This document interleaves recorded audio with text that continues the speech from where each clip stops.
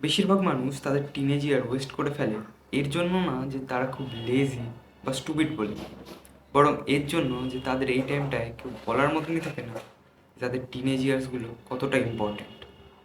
আর যখন তারা নিজে থেকে বুঝতে পারে তখন হয়ে যায় অনেক লেট। এখন তুমিও প্রবাবলি ফিল করছো যে তোমার কাছে অনেক টাইম আছে, এখন তো চিল করার টাইম, এখন টাইম ওয়েস্ট করলে কী বা যায় আসবে।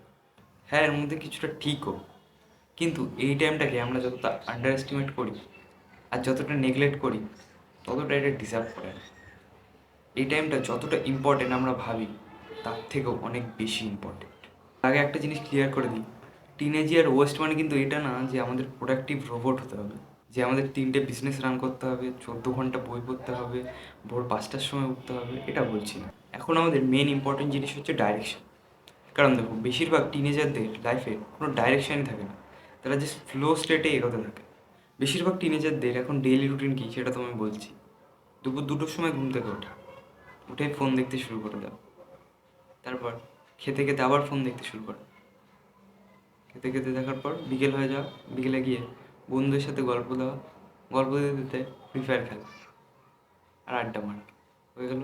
বাড়িতে এসে একটু পড়তে বসা, পড়তে বসতে বসতে আর ভালো লাগছে না, প্রোকাস্টিনেট করা, প্রোকাস্টিনেট করতে করতে আবার স্ক্রোল করা, আবার স্ক্রোল করতে করতে রাত 2টোর সময় আবার ঘুমানো, দিয়ে পরের দিন আবার দুপুর 2টোর সময় ওঠা। এই সাইকেলটাই বছরের পর বছর চলতে থাকে। আর এরকম করতে করতেই হঠাৎ একদিন তুমি তোমার টিনেজ ইয়ার পার করে দেবে, আর তারপর পিছনে তাকিয়ে দেখবে এই টাইমগুলো গেল কোথায়। রিয়ালিটিটা হলো, তোমার টিনেজ ইয়ার হচ্ছে তোমার লাইফের সব থেকে ইম্পর্টেন্ট অ্যান্ড ইজিয়েস্ট টাইম নিজেকে ইমপ্রুভ করার। একবার ভেবে দেখো, তোমার এই টাইমটায় কোনো প্রেশার নেই তোমার উপর, তুমি এই টাইমে পুরো ফ্রি। তোমার তোমার বাড়ির মান্থলি খরচ তোমায় দিতে হচ্ছে না, তোমার বাড়ির রেন্ট তোমায় দিতে হচ্ছে না, তোমার উপর কেউ ডিপেন্ডেন্ট নেই, তোমার বাচ্চাদের ফিস তোমায় দিতে হচ্ছে না, তুমি এখন পুরো ফ্রি, তোমার এখন কোনো রেসপন্সিবিলিটি নেই। মানে একবার সিরিয়াসলি ভেবে দেখো, এখন তোমার কাছে যেই জিনিসটা আছে, যেটা তোমার থেকে যারা বড় বড় তাদের কাছে নেই, সেটা হচ্ছে টাইম।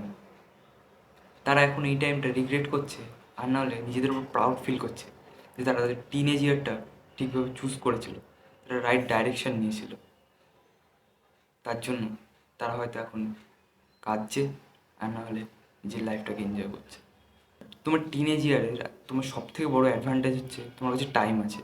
তুমি এখন যে কোনো জিনিস ট্রাই করে দেখতে পারবা, তুমি নতুন নতুন জিনিস এক্সপেরিমেন্ট করতে পারবা, সেটা থেকে ট্রাই করে তুমি ফেল হতে পারবা। এখন যদি তুমি ফেল হও, সেখান থেকে তুমি রিসেট করতে পারবে, তুমি আবার নতুন করে ট্রাই করতে পারবা, তুমি নতুন কিছু ট্রাই করতে পারবা।